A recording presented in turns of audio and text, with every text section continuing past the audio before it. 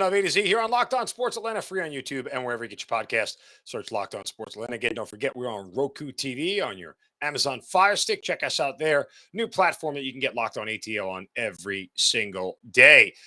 Before we get to things that you never thought you'd see through 2 weeks of the NFL season and who's already out of the NFL playoffs, well, guess what? We have time for Shovel of Wisdom.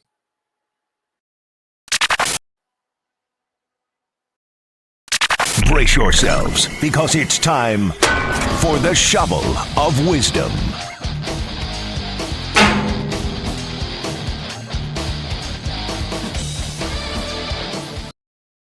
Yeah, false start on the offense. That's me. Sorry about that, folks. There you go.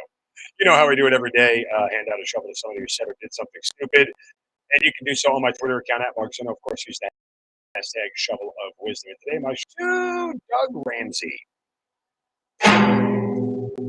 Yeah.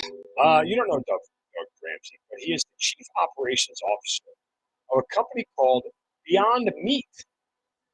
They are a vegan food product company. And Doug and his vegan friends, Doug has been charged with felony battery and making terroristic threats after what they're calling a fracas outside a football game. What had happened was, this is in Fayetteville, Arkansas, by the way. The 53-year-old Ramsey attacked another man who tried to inch in front of him in a parking garage traffic lane and then made contact with Ramsey's SUV. The police officer responded to support of the service, finding two males with bloody faces. After speaking with the other man and witnesses, the officer determined that Ramsey had gotten out of his SUV, punched through the back windshield of the other car, and then once the other driver got out of his car, Ramsey pulled him in close, started punching his body, and get this, he bit the owner's nose, the other guy's nose, ripping the flesh off the tip of his nose. Ramsey also threatened to kill a man. I think it's kind of the irony of all this, that a guy who doesn't believe in eating meat bites somebody else's nose.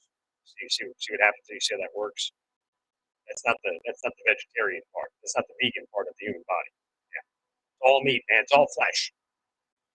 What a moron. Why these people? What world are we in where you actually have that much road rage? Listen, I have road rage as much as anybody. Never getting out of my car to stop doing what I'm doing. I just don't. I don't care. Period. But anyway, it's always fun. See, that's why you don't go vegan. You end up like that guy. You're always hungry, so you're irritable all the time. That's really what that is. Don't go vegan. That's the lesson. Okay.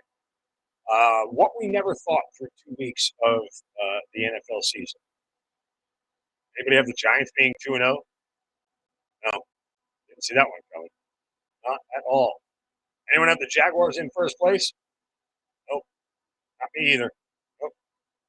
Anybody have the Dolphins in first place? Not only me either. Kind of crazy.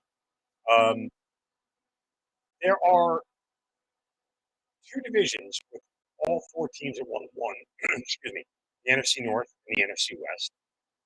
There's only one division with two undefeated teams. This again, Mark. So the two divisions with two 0-2 teams. That's the Panthers and the Falcons. Buccaneers already with a 2-game lead.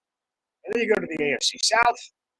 As I said, Jaguars in first place. Texans and Colts 0-1-1. Titans at 0-2.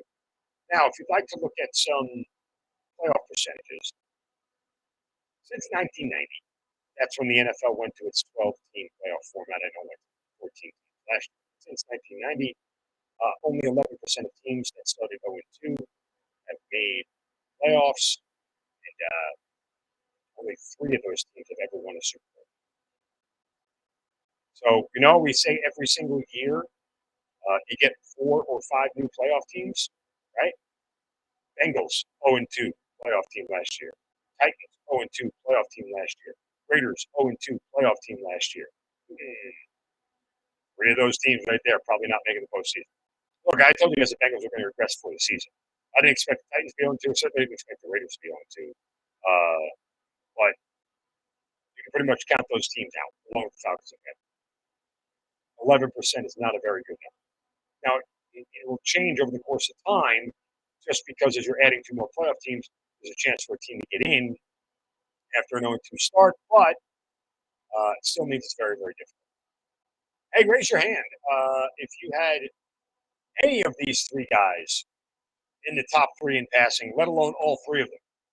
Passing leaders, top three: Tua Tagovailoa, Carson Wentz, Joe Flacco. Yeah, nobody saw that. Period. Leading rusher after 2 weeks of football. Raise your hand if you had Saquon Barkley. Yeah, well, great.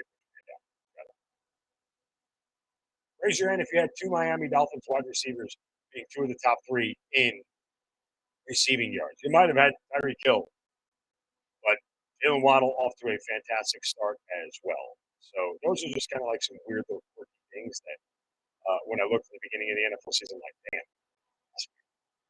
didn't see that one coming. So, but let's get out of here on the note with the Braves.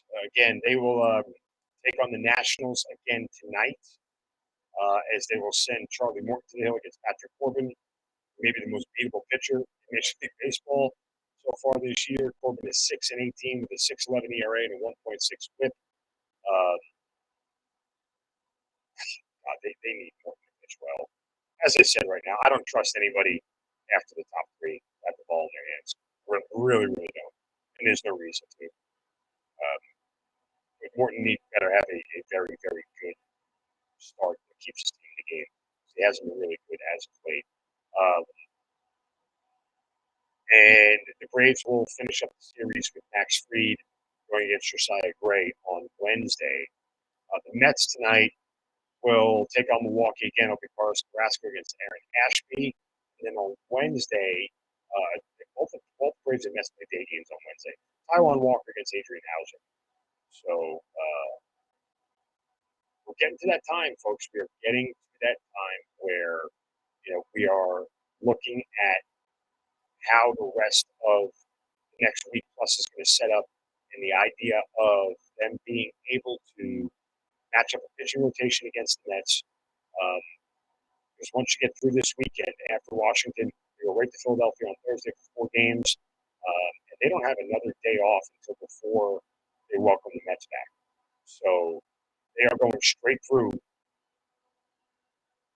this whole run here. From Friday, September 16th, when they started the series against the Phillies, if they had that off, they couldn't have out west.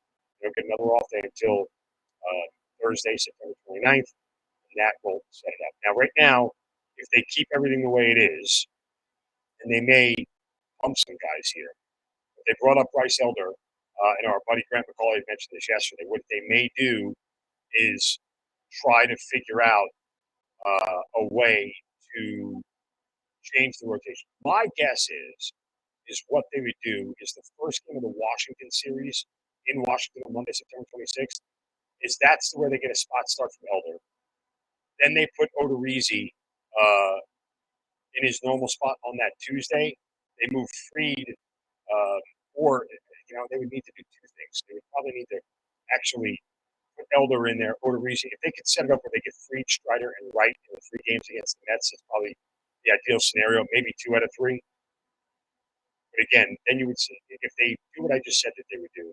They put Elder in the first Monday in Washington. That's a week from yesterday, 6 days from now. They'd be able to move Fried to the last game of the Washington series, and then only have to bump Strider and Wright back a day each. And then you get Strider and Wright and probably Morton to close out the Mets. So that's probably at least a little bit of the direction that they're going. Let's see how it all shakes out. All right, that'll do it for us today here on A to Z. Appreciate you guys watching, listening, and however you get your podcasts. Search Lockdown Sports Atlanta on YouTube as well, Roku TV. Hit me up on Twitter at Mark Zinno, MarkZinno. Back tomorrow with another show. You guys have a great day. Don't take any crap from anybody. See ya.